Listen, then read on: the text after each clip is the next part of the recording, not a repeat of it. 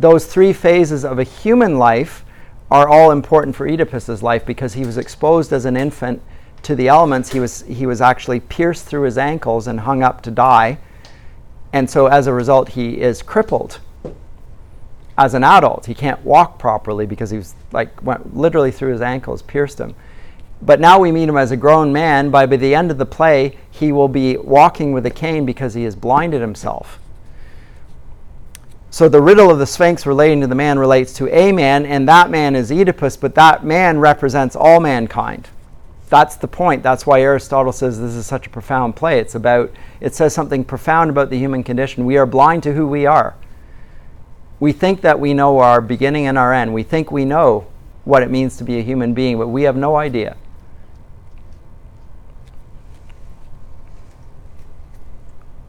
It requires revelation from the gods. And the gods alone know it. I happen to think that Aristotle is correct. And Sophocles is correct. And I think that the Bible alone actually reveals who man is, mankind, and his nature. It's something that needs to be revealed. Not something we can figure out on our own, because we are corrupted by the very same thing that Oedipus is, namely sinful blindness. To go back to the intro, there's a blindness because of our sin nature. So that's the riddle. And the riddle which the Sphinx gives, Oedipus solves. So he's renowned for his wisdom. And he solves the riddle. The Sphinx perishes. He goes down to the city, finds the city has lost a king, and that the man who had solved the riddle of the Sphinx gets to marry, it's like a fairy tale, gets to marry the queen. The queen happens to be a woman by the name of Jocasta, very beautiful. He's strangely attracted to her. It's all like Mom. Yeah. Marries the lady, and by the time we begin the play, which is where we begin here, all of these events have already transpired. And now we find that Apollo is furious and is destroying the city of Thebes because something so terrible has happened that the city deserves to perish. And it has to be blotted out. The sin has to be atoned for. And that's where we pick up the play. And who's going to lead the investigation? The king, who has the capacity for solving the riddle of the Sphinx. In other words, he's like a prophet. He has an insight. He's renowned for his wisdom. So you can see, it's very complex. It's very interesting. The way it's told there, not just the fact that there was incest and all that, that's just the scandalous bit of it. But the reputed knowledge of Oedipus and his good character in trying to solve riddles and do the right thing nonetheless brings about a terrible outcome. So that's where the play begins. And let me come to the play then. So the scene is in front of the palace of Oedipus at Thebes. On one side stands the priest with a crowd of children. Enter Oedipus from the palace door. So he probably comes out here, walks on stage and down there onto the stage, and the chorus is down below, and then the assembled gathering of Greeks to watch it. Children, young sons and daughters of old Cadmus, why do you sit here with your suppliant crowns? The town is heavy with a mingled burden of sounds and smells, of groans and hymns and incense. I did not think it fit that I should hear of this from messengers, but came myself. I, Oedipus, whom all men call the Great. And then to the priest he says, you're old and they are young. Come, speak for them. What do you fear or want? That you sit here suppliant, pleading with me. Indeed, I'm willing to give all that you may need. It would be very hard should I not pity suppliants like these. They're small children that have come to him. Now the priest says, O ruler of my country, Oedipus, you see our company around the altar. You see our ages. Some of us, like these, who cannot yet fly far, and some of us heavy with age. These children are the chosen among the young, and I the priest of Zeus. Within the marketplace sit others crowned with suppliant garlands at the double shrine of Pallas, that is Athena, and the temple where Ismenus gave oracles by fire. King, you yourself have seen our city reeling like a wreck already. Referring back to the Sphinx. It can scarcely lift its prow out of the depths, out of the bloody surf. A blight is on the fruitful plants of the earth. A blight is on the cattle in the fields. A blight is on our women, that no children are born to them. A god that carries fire, a deadly pestilence is on our town, strikes us and spares not, and the house of Cadmus is emptied of its people, while Black Death grows rich in groaning and lamentation. So there's a blight, there's a curse, a miasma,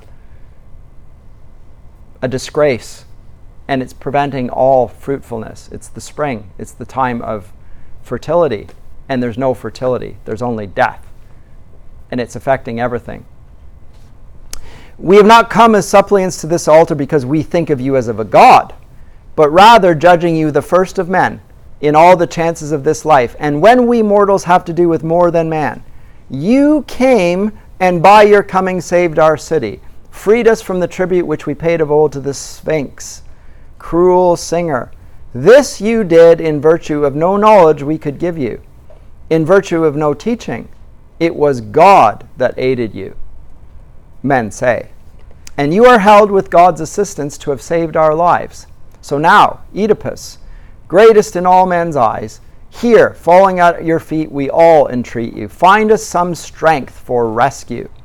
Perhaps you'll hear a wise word from some god. Perhaps you'll learn something from a man, for I have seen that for those with experience, the outcomes of their counsels live the most. Noblest of men, go, and raise up our city. Go, and give heed. For now this land of ours calls you its Savior, since you saved it once. So let us speak never about your reign as of a time when first our feet were set secure and straight, but later fell to ruin. Raise up our city, save it and set it straight. I'll leave off there for just a second. So there's the call, it's the plea. You were once saved us, please save us again. The gods aided you, who else can save us? You're not God, you are not one of the gods, but you have been favored by the gods.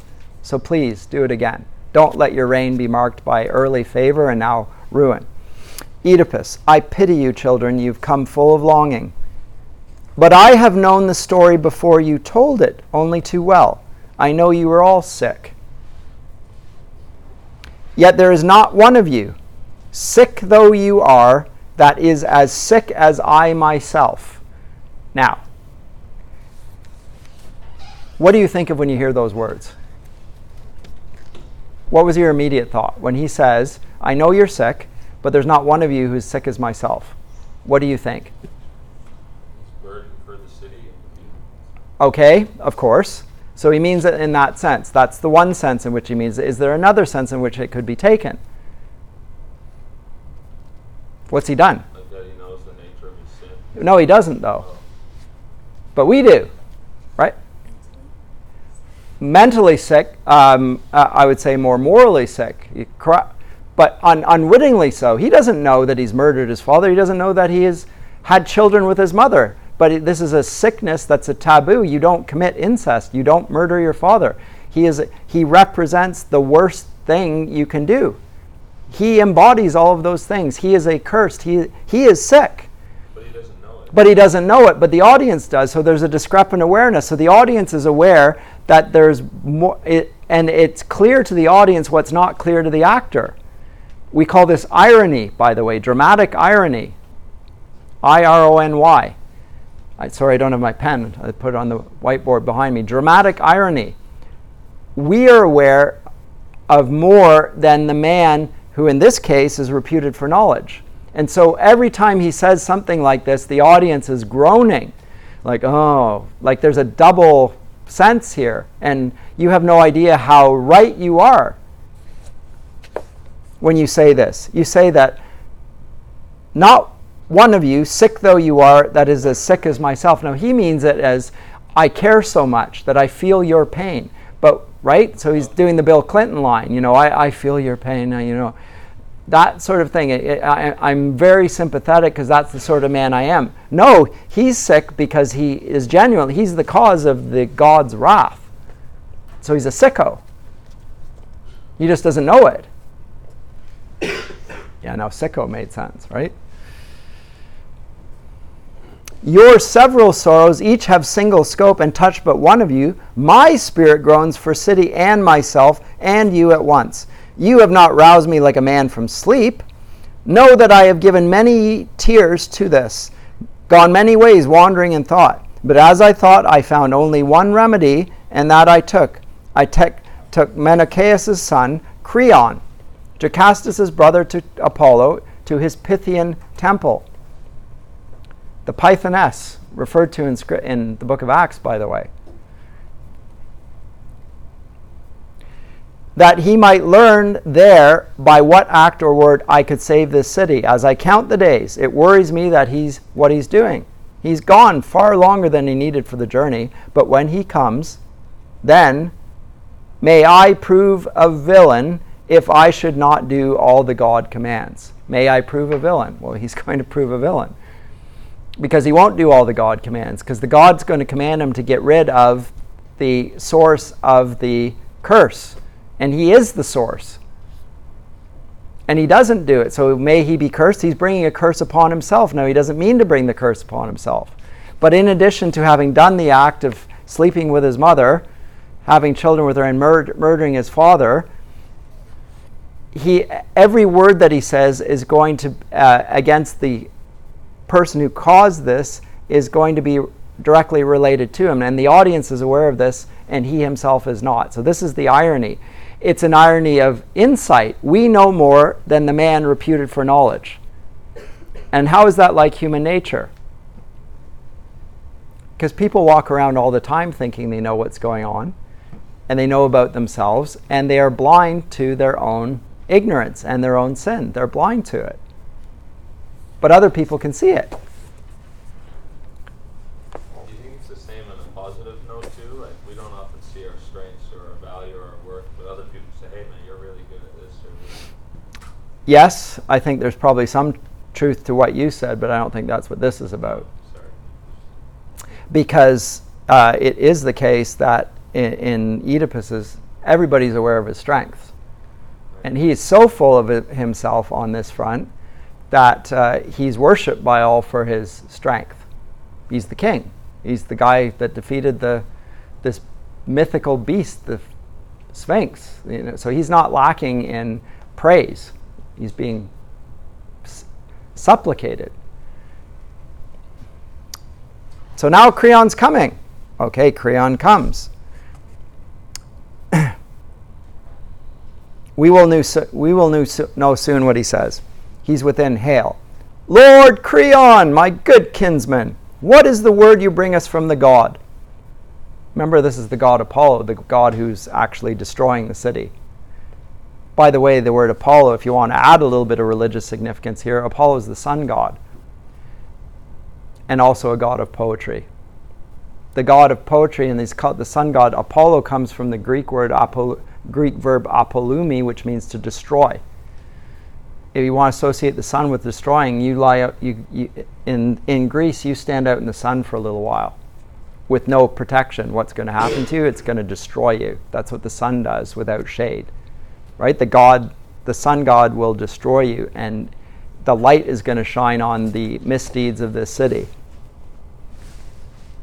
At the festival to Bacchus, who's a rival poetry god. Never mind. But he says, what news do you bring us from the god? A good word, said Creon. For even things quite hard to bear, if the final issue turns out well, I count complete good fortune. What do you mean? What you have said so far leaves me uncertain whether to trust or fear. If you'll hear my news in the presence of these others, I am ready to speak, or else to go within. Speak it to all, said Oedipus. The grief I bear it more for these people than for my own life. That's a true statement. Not as true as it should be, because the grief would be more for himself than for the people, because he's the cause of the whole problem. But anyway, Creon, I will tell you then what I heard from the god. King Phoebus, in plain words, commanded us to drive out a pollution from our land, a miasma, a sickness, a pollution from our land. Pollution grown ingrained within the soil. Remember, if you take the queen as the representation of the city and her fertility, it's literally grown up in the soil of the city. It's now part of the kingship and the royal house, the pollution. It's grown ingrained within the soil. Drive it out, said the god, not cherish it till it's past cure. Okay, Oedipus says, what is the rite of purification? How shall it be done? By banishing a man, or expiation of blood by blood, since it is murder, guilt, which shakes our city in this destroying storm. Now, if you think back to how in Scripture, on the Day of Atonement, how guilt is dealt with. How is it dealt with, by the way? 2 goats, 2 animals. One, the priest lays his hands on the city and drives it out. That's the scapegoat. It goes out into the wilderness. Right? The sins are laid on the goat. Another one is sacrificed, mentioned here as well. So someone has to atone for this. It's a man. Has to atone for this guilt. And he's either got to be, it's either or, not both. He either has to be banished or blood by blood expiation, atonement. Who is this man whose fate the god pronounces? My lord. Before you piloted the state, we had a king called Laius. I know of him by hearsay. I never saw him. The god commanded clearly that we must punish with force this dead man's murderers, whoever they are. Now note that the gods have not revealed or identified by name. That's going to play out in the telling of the play. They haven't named him. Apollo knows who it is, of course, but has not revealed it because he wants him to indict himself, condemn himself, destroy himself. Right? That's all part of the revelation. It's going to get teased out. It's a gradual revelation. It will come in a blinding flash of insight, but it's not there yet. But that man, you find out who the murderer of the king was, because this is also a terrible crime, to murder a king. Find out who it is, and it happens to be his father as well as the king. Find out and punish them. Where are they in the world? Where would a trace of this old crime be found? Now, it's an old crime because, remember, he is now not only now the king, he has children. So years have passed since that happened. It would be hard to guess where they are. The guilt, says Creon, is in this land. That which is sought can be found. The unheeded thing escapes. So said the god. Oedipus, was it at home or in the countryside that death came to Laius? Or traveling abroad? He left, says Creon, he said himself, upon an embassy, but never returned after he set out from home. Oedipus says, was there no messenger, no fellow traveler who saw what happened? Such a one might tell something of use. Creon, they were all killed, save one.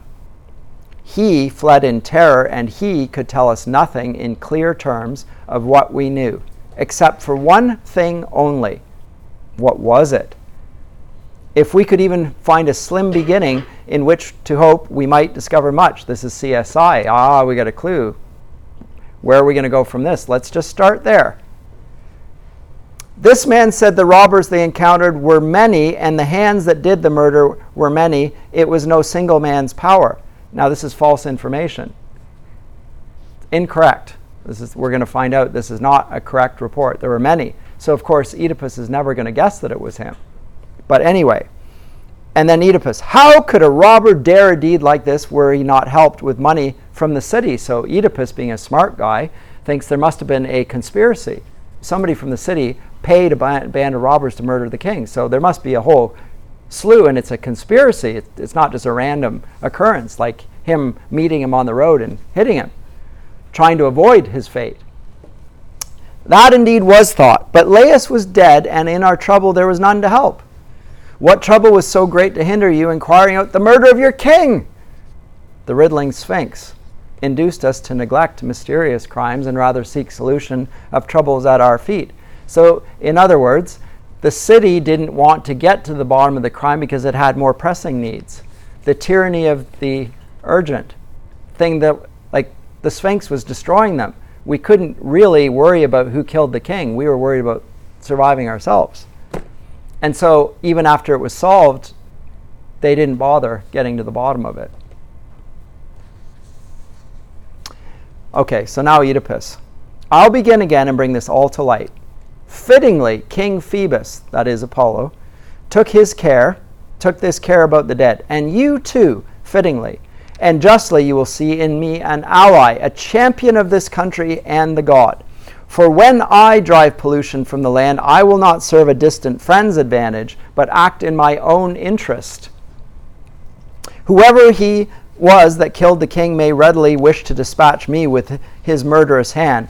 So helping the dead king, I help myself. Come, children, take your suppliant bows and go.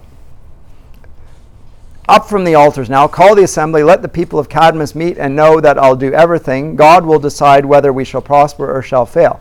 So Oedipus is a pious man. He keeps appealing to the gods. I'm going to do the right thing. I'm going to do what the gods have ordained. So this is how we meet Oedipus. And one of the things that makes a tragic hero, let me conclude with this, is and this is Aristotle's observation, is that in a tragedy, the hero has to be somebody who is better than us. He has to be better in every sense. He has to be of a higher station. He has to be of royal blood, an aristocrat, somebody we look up to socially. He's up in the social rank. He also has to be morally superior to us. We admire him.